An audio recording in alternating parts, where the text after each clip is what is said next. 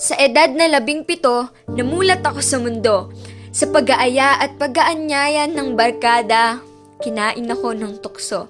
Sa madilim at apat na sulok ng kwartong ito, alingawngaw ang mga tinig at boses na sa atin mismo nagmula. Mga hiningumong ramdam ko mula ulo hanggang tenga. Titingala, magpapahinga, sabay ang paghiga sa sarili kong kama at hihiling ng isa pa. Isang gabing sagana, doon nagsimula ang kwento nating dalawa. Noong nakasama kita, labis ang pangamba. Ngunit hindi ko na ito'y nalintana dahil mas nangibabaw ang saya. Sinimulan mo sa haplos, mga damdaming umaalab at umaagos, mga katawang umiinit dahil sa tawag ng mapanilang na laman. Mahal, ramdam ko na ang sakit. Huwag mo kong hayaang mahulog sa butas ng pang-aakit dahil patuloy akong kumakagat sa iyong mga pain, mahal. Kasabay ng pagtatagpo ng ating mga labi ay natapos ang gabi, ngunit pagdilat ng aking mga mata ay siyang paglisan mo nang wala man lang alintana.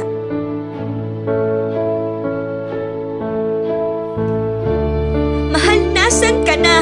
Ang sabi mo hindi mo ako iiwang mag-isa. Tama ka, hindi mo nga ako iniwang mag-isa, ngunit nag-iwan ka naman ng isa pa. Oo, mahal, pagmamahalan natin ay nagbunga. Ano ba ang dapat gawin? Paano ko ba sasabihin? Saan ko ba hahanapin? Gulong-gulo na ako, litong-lito. Gulong-gulo, litong-lito. Paano na ako? Paano na tayo? Paano na ang pangarap ko kung dala-dala ko itong bata sa sinapupunan ko? Mahal, paano na tayo?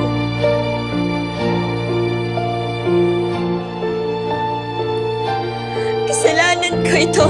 Kung hindi lang sana ako nagpahumaling sa'yo, kundi lang sana ako nagpadala sa bugso ng tukso kung sana kinalaban ko ang pita ng laman, mahal.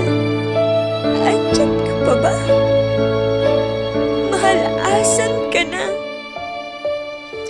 Mahal, bumalik ka na.